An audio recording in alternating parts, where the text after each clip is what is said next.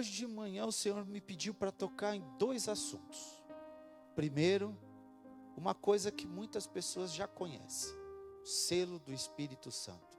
Coisa extremamente importante para quem quer subir para o céu.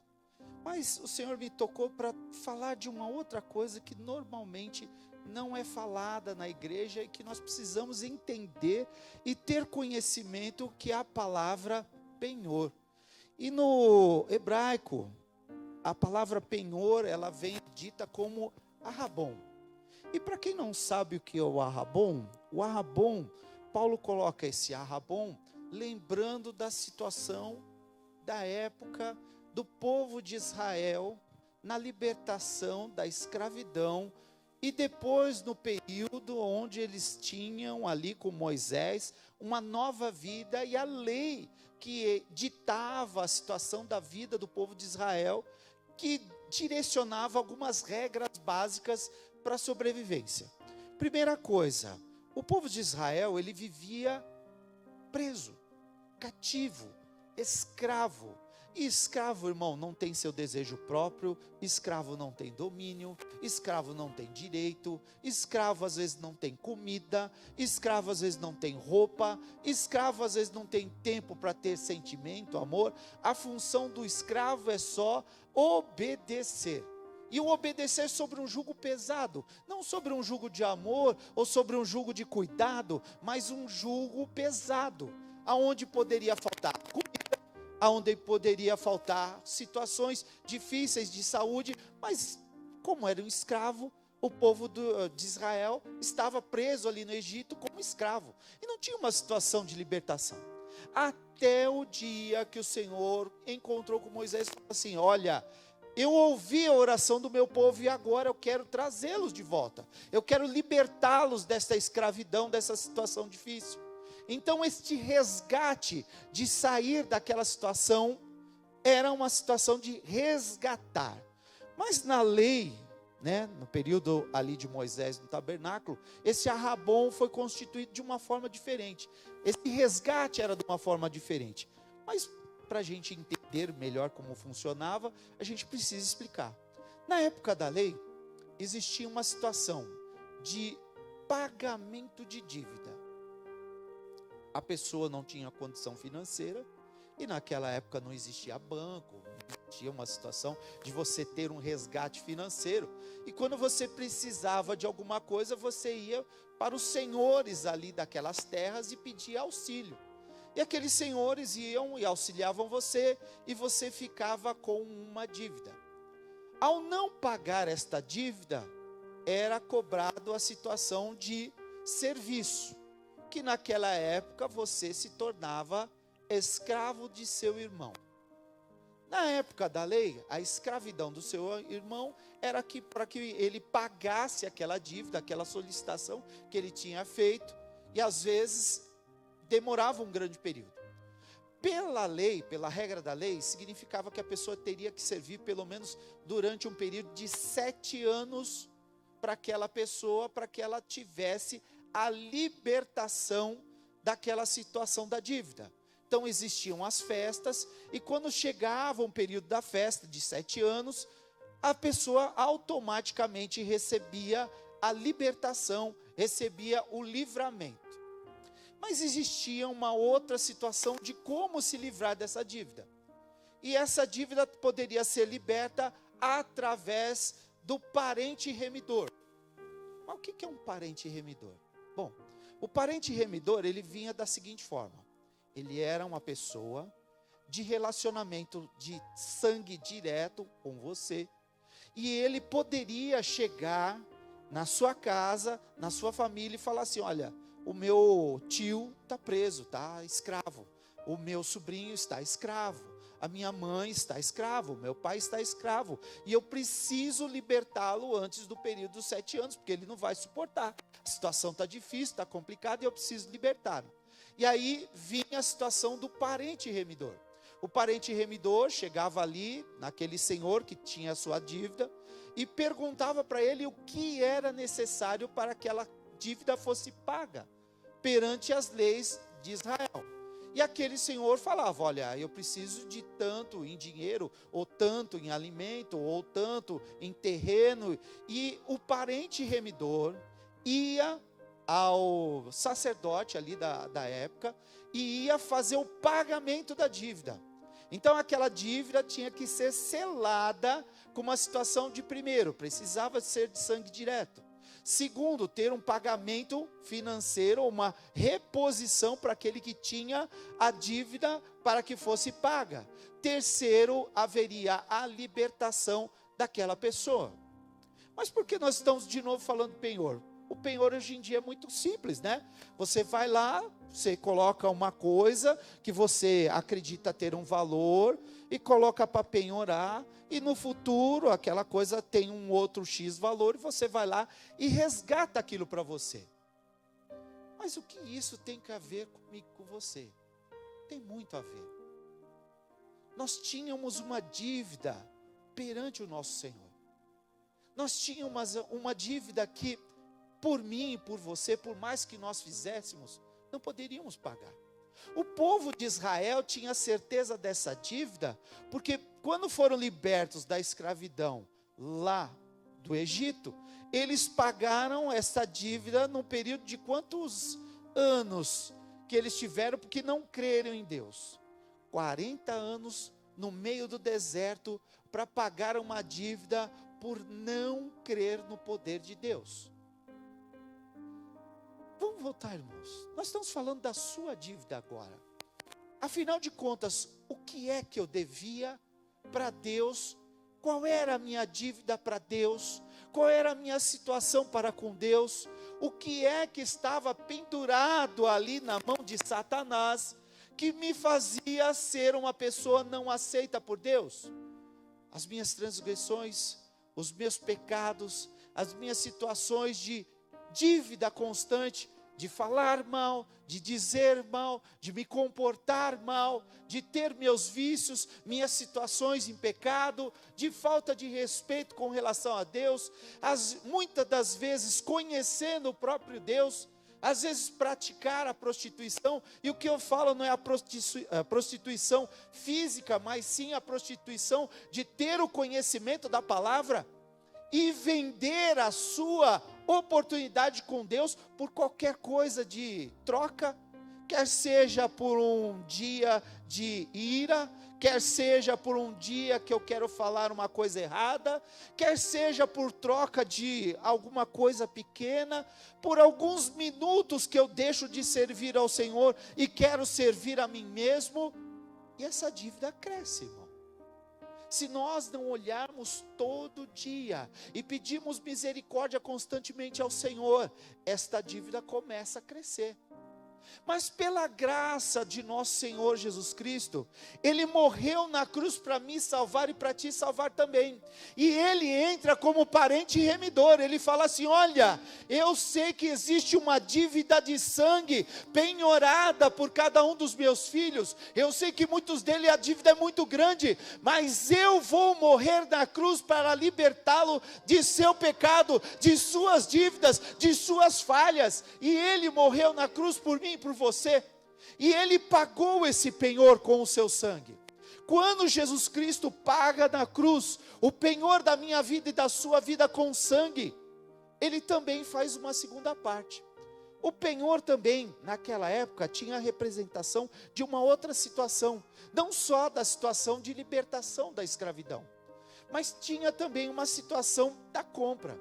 Existia um momento que o comprador colocava a situação da compra, e ele falava assim: olha, para ter esse terreno, para ter essa situação, para ter esse alimento, eu vou fazer o seguinte, eu vou fazer uma reserva, vou dar uma reserva antecipada, para que seja garantido que este alimento, este terreno, seja de minha posse.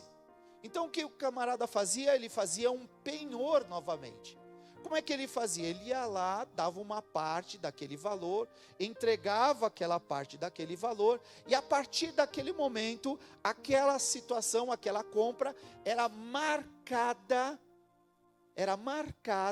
para que soubesse que o proprietário daquele produto, daquele terreno, daquele alimento, era fulano de tal. Do que nós estamos falando? Quando Jesus morre na cruz, para me salvar, para te salvar, Ele também fez esta marca de penhor sobre mim e sobre você.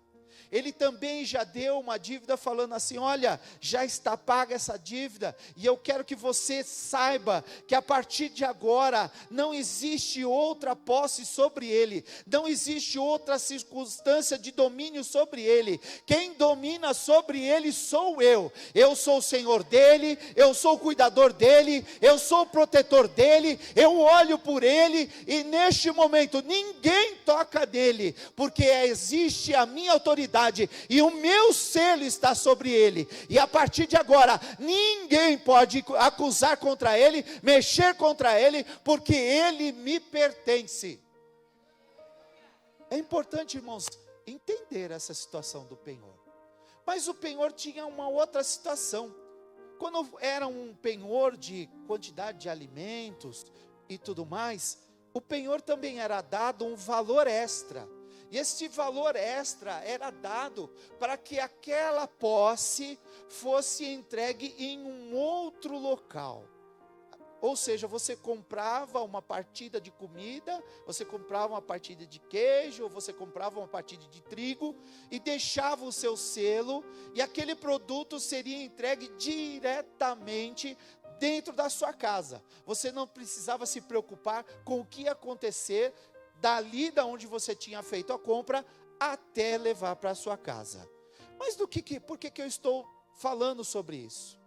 Irmãos, tenha certeza de uma coisa: o penhor de Cristo na minha vida e na sua vida, nos colocou a marca do Senhor Jesus Cristo, que é o seu sangue, e o seu sangue nos deu o endereçamento de um dia, na sua vinda com poder e grande glória nos céus. Nós temos a certeza que Ele nos levará para estarmos com Ele lá no céu, com poder e grande glória. Nós temos a marca do penhor de Cristo, que é o seu sangue, em nossas vidas, para a transformação da nossa vida constantemente. E este selo e esta marca nos levará um dia para estarmos com o céu, nós estarmos com Ele, nós estarmos nas suas bodas, no dia que a noiva de Cristo estará junto com Ele, comemorando um casamento que será eterno. Tenha certeza disso, irmão, que a partir do momento onde você recebeu o penhor da glória do Senhor Jesus Cristo sobre a sua vida, não existe mais circunstância que pode falar da sua dívida, não existe mais circunstância de preocupação sobre você ser ou não posse de Deus, não existe mais uma circunstância que pode dizer que você não estará pertencendo ao céu, e principalmente, já está endereçado o seu caminho para estar naquele dia com Jesus Cristo lá no céu, comemorando as bodas do Cordeiro. Mas é importante lembrar, nós não fomos só penhorados, né? Nós não fomos só resgatados com o penhor da glória do Senhor.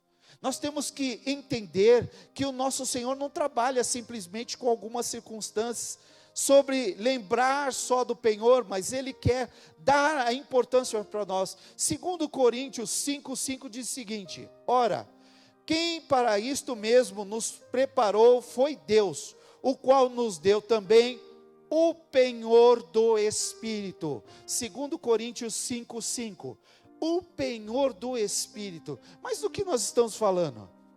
É importante lembrarmos, irmãos, que sem Deus, nada podemos fazer. Sem a glória de Deus, nada podemos fazer. Em nós, vaso de barro, não existe nada de importante. Dentro de nós, sim, existe o poder do Espírito Santo de Deus. E dentro de nós existe, sim, o poder da glória de Deus. Mas de nós mesmos, de mim mesmo, eu não tenho nada.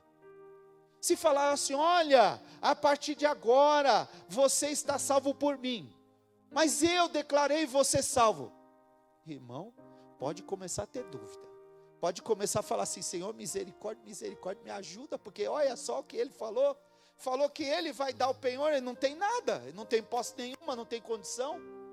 Irmão, se a nossa dívida não fosse pagada pelo sangue de Cristo, não existiria financeiro nenhum que pudesse pagar, não existiria forma hoje natural, humana que pudesse pagar, não existiria alguém que pudesse morrer por mim e por você, que tivesse justificação, honestidade e cumprimento de toda a lei, para que existisse a libertação. Nós estaríamos como o povo de Israel. Como é que eles faziam para pagar suas dívidas? Ia lá, matava o cordeiro, colocava lá a oferta, queimava a oferta, e a palavra de Deus diz que a lei fazia o que? Ela encobria o pecado. Encobrir o pecado? Vou tentar ajudar. Tempo de hoje, as irmãs e nós temos tapete, né? Uma coisa muito interessante, tapete, né? Tem gente que odeia tapete exatamente pela circunstância que ele traz. Porque o tapete é um camarada bom e ruim.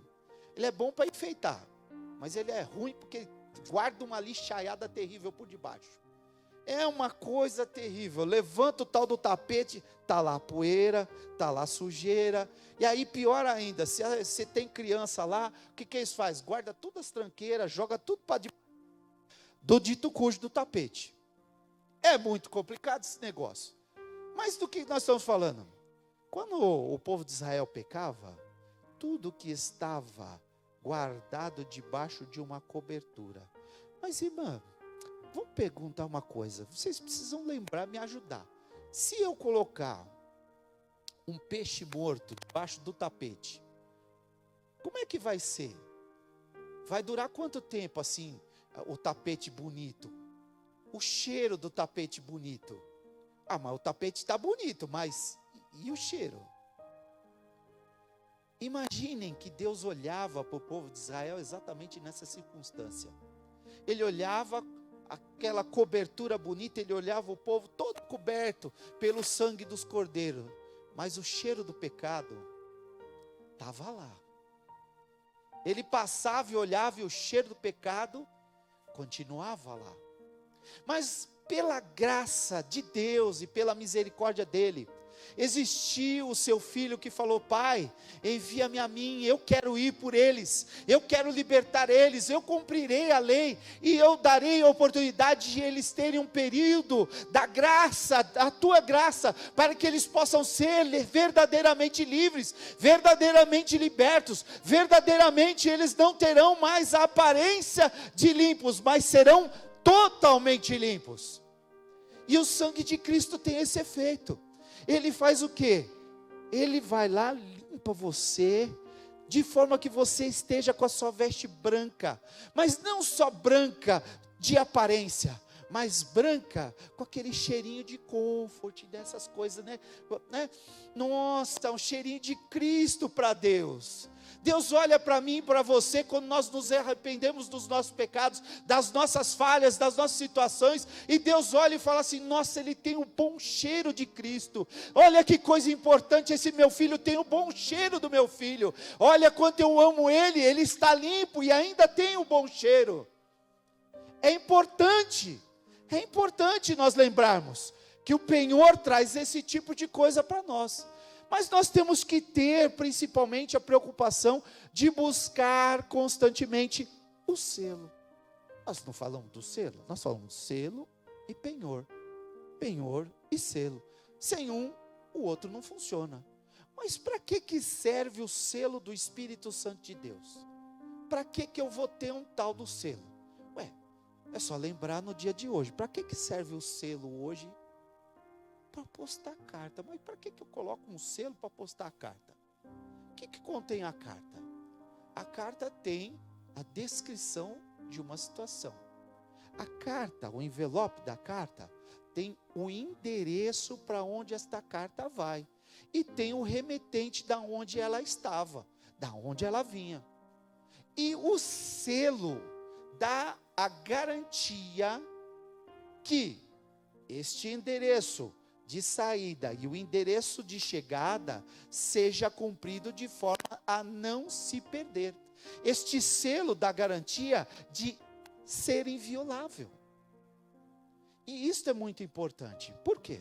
Nós estamos falando que hoje, no dia de hoje, a situação de hoje, nós temos a garantia de que nada neste mundo nos retirará do amor de Cristo, porque o selo do Espírito Santo está sobre a nossa vida. Nada neste mundo pode nos retirar do amor de Cristo, porque somos invioláveis para este mundo, porque não pertencemos a este mundo, nós somos penhorados por Cristo. O sangue de Cristo nos protege, o selo do sangue de Cristo nos guarda invioláveis por cada circunstância que esse mundo pode colocar. O selo do sangue de Cristo nos transforma. O selo do sangue de Cristo nos transforma de dentro para fora. É importante saber como é que funciona esse negócio do selo. E o negócio do selo do Espírito Santo começa na história do fruto de Espírito. Gálatas, 5. Fala sobre a situação do fruto. E o fruto, dentro dele, tem algumas características. E a primeira característica do fruto, a primeira, é o amor. E o amor, por mais que você queira usar terno, gravata, vestido bonito, todo arrumado, salto alto, cabelo penteado, todo bonitinho, maquiado, enfeitado, não dá para transparecer amor, arrumado, não transparece amor. O amor, ele tem que estar dentro de mim, de você. A partir do momento que nós começamos a aceitar a Jesus Cristo como nosso único e suficiente Salvador, a nossa vida começa a ser transformada pelo Espírito Santo de Deus, não de fora do aspecto do homem, não de fora para a situação do aspecto físico ou de aparência, mas o amor de Deus começa a me transformar de dentro para fora, para que eu possa de glória em glória, alcançar aquilo que me foi proposto, que é a oportunidade de ser parecido com Jesus Cristo. Mas a primeira ordem do fruto do Espírito é isso. Será que nós estamos começando a receber verdadeiramente o sangue de Cristo dentro da nossa vida? Será que o sangue de Cristo está fazendo efeito dentro da minha vida e da sua vida? Como é que está essa situação? Quero ler também 1 Coríntios 1, 21 e 22. 1 Coríntios 1, 21 e 22. Mas o que nos confirma convosco em Cristo, e o que nos ungiu, é Deus, o qual também nos selou e deu o penhor do seu Espírito em nosso coração. O centro de todo entendimento e emoção. Aí eu quero falar uma coisa para os irmãos, não pensa que quando o penhor do Senhor veio no meu coração, esse músculo cardíaco que bomba sangue, para todas as veias, não foi isso que o Senhor quis dizer. O Senhor quis falar com você exatamente sobre o seu centro de entendimento, o seu centro de emoção, tem que ser mudado, transferido, transformado, agora para receber o centro de sentimento vindo de Cristo. A partir desse momento, o selo de Cristo, o penhor da sua glória, não pode vir apenas do músculo, mas tem que vir do sentimento, das necessidades primordiais do homem, que é da sua consciência. Nós temos que amar o nosso próximo como a nós mesmos, mas não por uma obrigação muscular, não por uma obrigação de situação, não porque estamos um do lado do outro sentados aqui dentro do culto, não porque temos a obrigação de cumprimentar o nosso irmão dizendo a paz do Senhor, irmão, mas nós temos que entender que a partir do momento que o penhor da sua glória, da glória de Cristo, que o sangue de Cristo, que nos redime de todos os pecados, e a partir de agora, o selo do Espírito Santo que está na nossa vida, tem que ser transformado em amor ao nosso próximo, em amor ao nosso irmão, em amor ao necessitado, em amor àquele que não conhece a palavra, em amor àquele que nesse momento precisa da glória de Deus. Nós temos que nos transformar, irmãos, de glória em glória, para que este amor não seja uma coisa muscular, de raciocínio, não é? Eu estendo a mão, o seu a sua mente, o seu músculo, automaticamente estende a mão também. Mas o que eu estou falando, não tem esse tipo de reação. Mas antes mesmo de eu estender a mão, você já está levantando sua mão para preparar para dar um abraço. Porque Deus está esperando de mim e de você a transformação de outras vidas. Deus está esperando de mim e de você buscar um pecador lá no mundo e trazer aqui para ele receber a glória de Cristo. Nós temos que ser o bom perfume de Cristo aqui na terra. Nós temos que ser luz do mundo e sal da terra. Nós temos que transformar outras pessoas. Porque senão, irmão, eu vou falar uma coisa: o selo do Espírito Santo se perdeu. O selo do sangue, se você não está fazendo isso, se perdeu. E aí eu digo uma coisa: hoje é tempo aceitável de ouvir esta palavra e falar: Senhor, tenha misericórdia de mim, que teu Espírito Santo que está em mim nesta manhã, me transforme, ó Pai Celestial, que o teu amor comece a entrar dentro do meu coração e transformar a minha vida, de forma que eu possa alcançar outras vidas, e outras vidas podem ser alcançadas através da tua palavra, através do meu testemunho, através da tua glória. Senhor, usa-me, Senhor, através da tua palavra, através de testemunho. Senhor, usa-me, porque eu preciso. Que nesta manhã o Senhor venha transformar a minha vida e a vida de vocês, para que o amor dele, o penhor da sua glória e o selo do seu Santo Espírito possa me transformar e transformar a vocês também, para que nós possamos ser exemplo de Deus aqui na terra, exemplo de pequenos cristos aqui na terra, para que almas possam se achegar ao Senhor e tenham a oportunidade de novamente dizer: ora vem, Senhor Jesus. Eu agradeço essa oportunidade em nome de Jesus, sabendo que Deus já está fazendo a boa obra, que aquele que começou a boa obra há de terminá-la, e eu tenho certeza que muitos irmãos levarão essa palavra para outros irmãos, e outros irmãos receberão a glória de Cristo neste dia. Eu agradeço essa oportunidade em nome de Jesus.